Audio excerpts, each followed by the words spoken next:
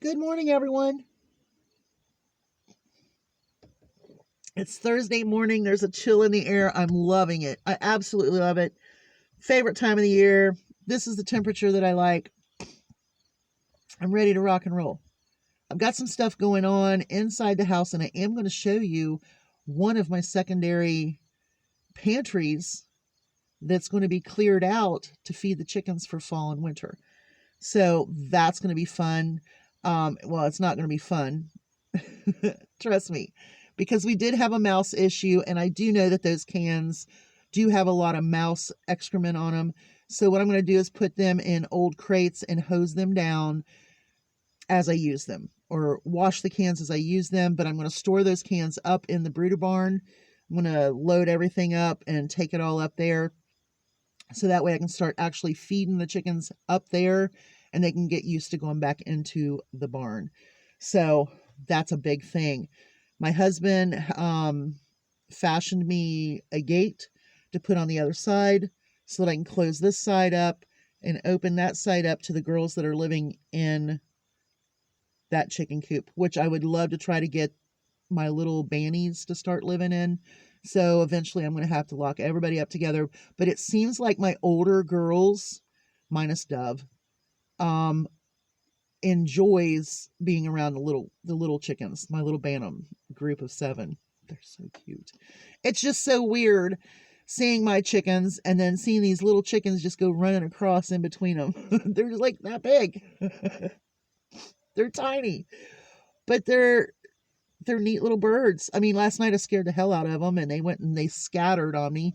I was carrying straw up, and I had Solomon on leash, and here we come tromping up. It's like right at dusk, and they just freaked out. They panicked. So anyway, I got a lot going on as far as trying to get things out that need to be used, put things in that are the newest into the secondary pantry right now, so then I can clean out our primary pantry and use off of that. So everything I get from now on and package up is going to go into the secondary pantry I have, and I'll show that to you.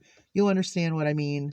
I have several different pantries in my home, and not everything is in sight, but this is a very common secondary pantry. Anyway, what I want to talk about is the label Patriot. First of all, I feel very patriotic towards my country. I love my country. I've seen things in other countries that I do not want to happen here that are happening here. I believe our country is very special, and just worldwide, the United States of America is extremely special, especially to people who are being persecuted for religious beliefs or war, or just because they don't agree with specifics going on in another country, and they come here for asylum, to start a new life. They have freedom of religion. I think it's very important. I'm very patriotic. I love my country, and I love my country as much or more than those who consider themselves patriots. Now, watch out. Big brown turd going up the road too fast. Okay. This is the definition I found. A person who vigorously supports their country and prepared to defend against enemies and detractors. Now, I wanted to know what a detractor was, and so this is what the definition is. Persons who disparages someone or something's regard or represent as being of little worth. So a detractor doesn't really do anything physical. Okay, what they're doing is just saying, oh, that has no merit. That's ridiculous. So they're ready to defend against enemies and detractors.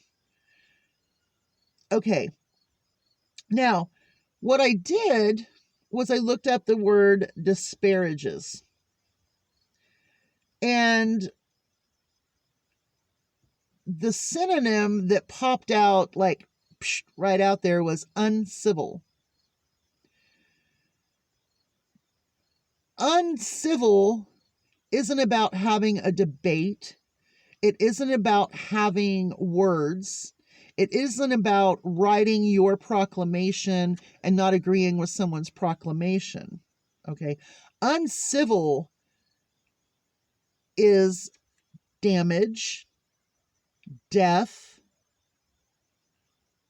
physical altercations, or destruction. Okay, that's uncivil. So that would mean that the Patriot feels that they have a right to stop what they think is disparaging or uncivil. No, you don't. This is what you have the right to do. You have the right to speak right. You have the right to protest civilly. You have the right to get into legislation and do it through changing the government with your opinions, ideologies, and what you profess. I am patriotic. I love my country. But I'm not going to call myself a patriot if what is being known as a patriot is uncivil. Just saying. That's what I came up with. Now, I wasn't clear on all of this.